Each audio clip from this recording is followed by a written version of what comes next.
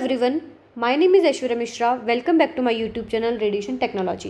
जैसा कि आप सभी को पता है कि इस चैनल पर हमने एक एमसीक्यूज़ की सीरीज़ चलाई हुई है जो कि different kind of radiographer exams को कवर करती है, जैसे कि AIIMS, PGI, ESIC, railway, mainly railway की जो कि आरआरबी की वैकेंसी अभी आई हुई है, इसलिए हमने ये एमसीक्यू की सीरीज़ को चलाया है। बाकी डिफरेंट काइंड ऑफ एग्जाम्स के लिए भी ये यूज़फुल है। तो जैसे कि आपको पता है कि बहुत सारे टॉपिक्स पे हम एमसीक्यूज ला चुके हैं, लेकिन मेरे पास बहुत सारे डीएम्स आ रहे थे इंस्टा पे कि आप एनाटॉमी, फिजियोलॉजी, पैथोलॉजी पे भी रेडियोग्राफर के हिसाब से जो है क्वेश्चंस लेके आइए, क्योंकि आपको एनाटॉमी, फिजियोलॉजी, पैथोलॉजी के एमसीक्यूज बहुत सारे मिल जाएंगे, but as a radiographer exam कैसे आपको एमसीक्यूज पूछे जाएंगे वो हम आपको इस वीडियो में दिखाएंगे। ठीक है, आप मेक श्योर करें कि प्लीज़ आप मेरा चैनल सब्सक्राइब कर ले पहले, उसके बाद में हम वीडियो में आगे बढ़ते हैं। तो पहले क्वेश्चन की तरफ हम बढ़ते हैं। First question is neurotransmitters are first are signal molecules released at synapses, are found only neurons with myelin sheaths, C carry electrical impulses, D are produced by muscles। Neurotransmitters क्या होते हैं ये पूछा गया क्वेश्चन में। तो पहला जो ऑप्शन ए है वो कह रहा है कि ऐसे सिग्नल मॉलिक्यूल्स होते हैं जो सिनेप्सिस पे प्रेजेंट होते हैं। ठीक है, सिनेप्सिस क्या होते हैं? जो नर्व्स का जो जंक्शंस होता है जहाँ से वो कनेक्ट होती है एक दूसरे से, उस पर रिलीज होते हैं।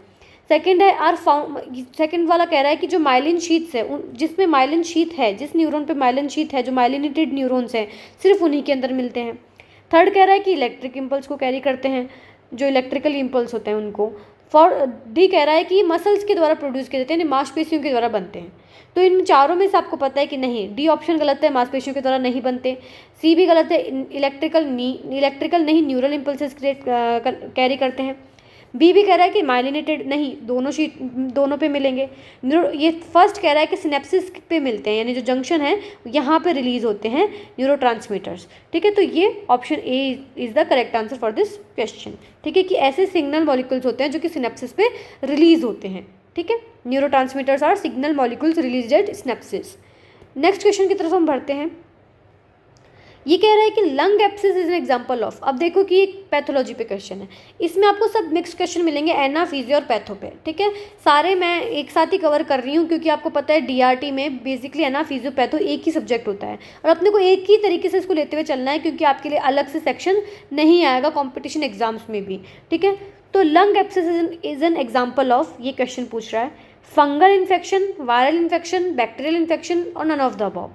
देखो, जो लंग एब्सेस जो होता है, इसमें क्या होता है, ये बेसिकली जो होता है बैक्टीरियल इन्फेक्शन, मतलब ये बैक्टीरियल भी हो सकता है और फंगल भी हो सकता है।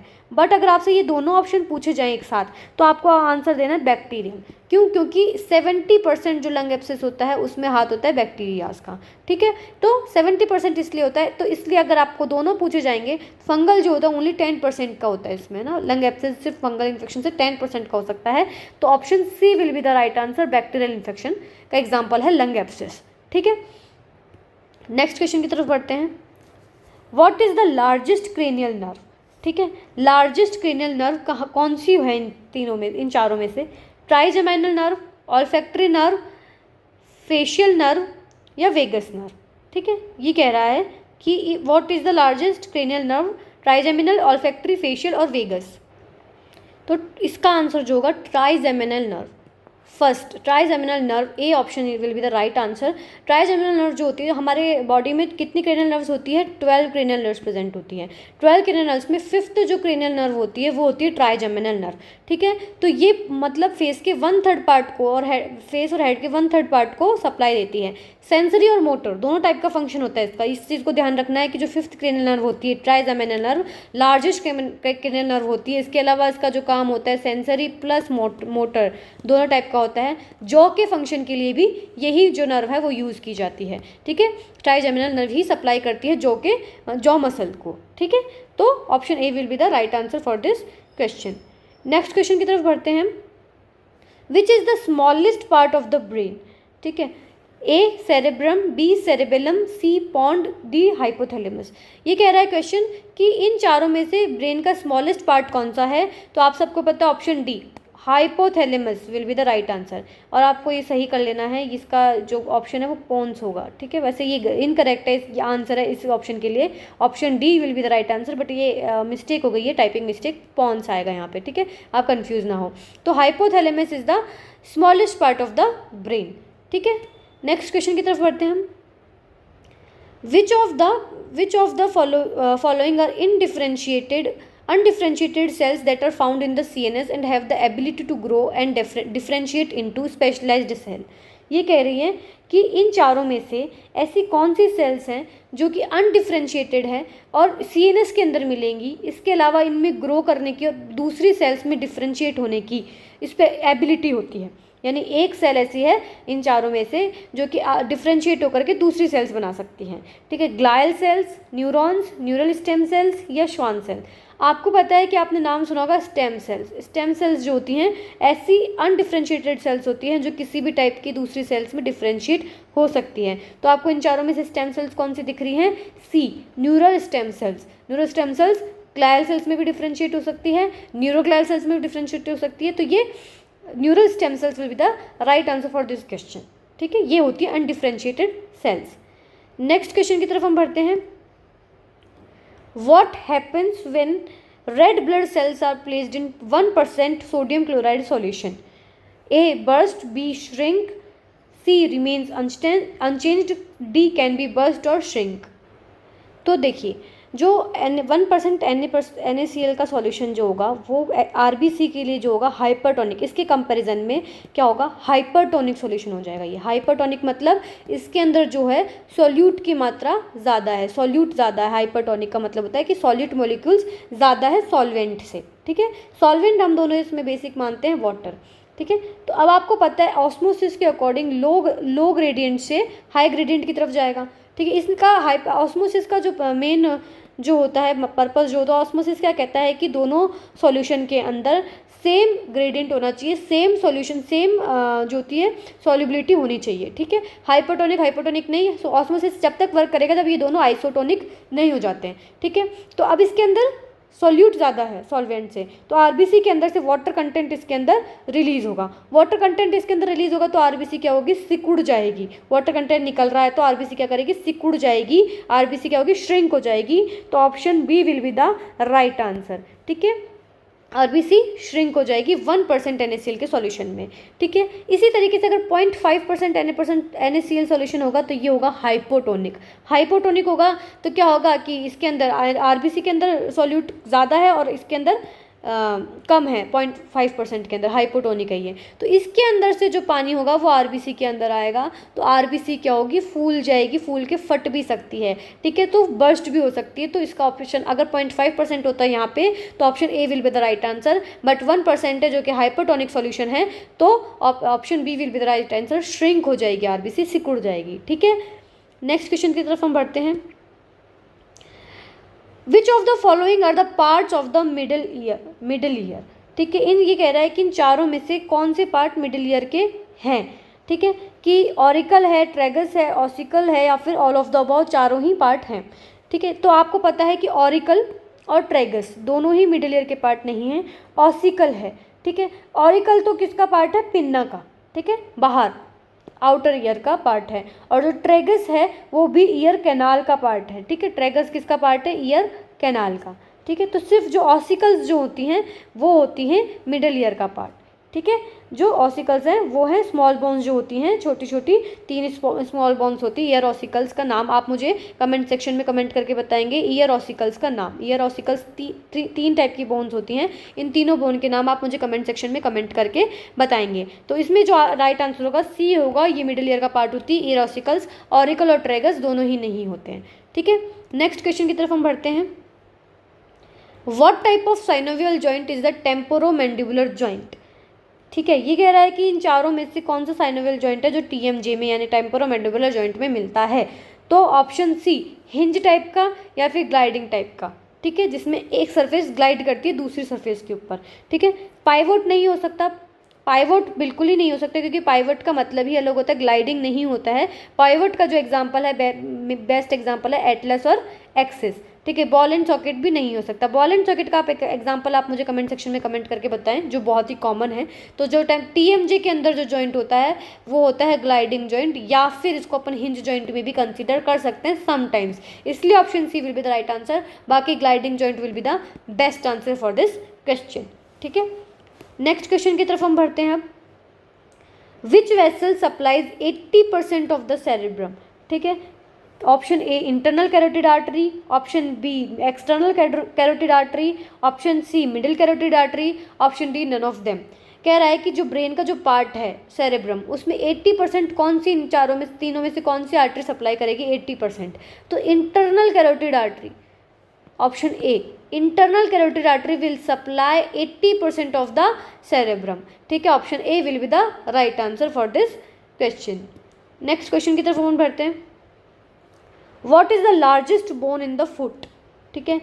तो इन चारों में से फुट के अंदर लार्जेस्ट बोन कौन सी है? तो वो होती है टेलस नहीं, नेविकुलर नहीं, मेटाटार्सल बिल्कुल नहीं, कैल्केनियस, ठीक है। Calcaneus is the largest bone in the foot, ठीक है। Option B will be the right answer. This is the simplest question in today's video. Next question की तरफ बढ़ते हैं हम लोग। What is the largest vein in the body? ये जो क्वेश्चन है ये हम बहुत ही इजी क्वेश्चन है, बट आपको बहुत सारे कंपटीशन एग्जाम में ये मिलेगा, क्योंकि ये जो क्वेश्चन होते हैं बिल्कुल ऐसे ट्रिकी क्वेश्चन नहीं होते, बिल्कुल पॉइंट पे बेस्ड पे क्वेश्चन होते हैं। तो आपको एक या दो ऐसे क्वेश्चन जो होते हैं कंपटीशन एग्जाम्स में जरूर मिलते हैं।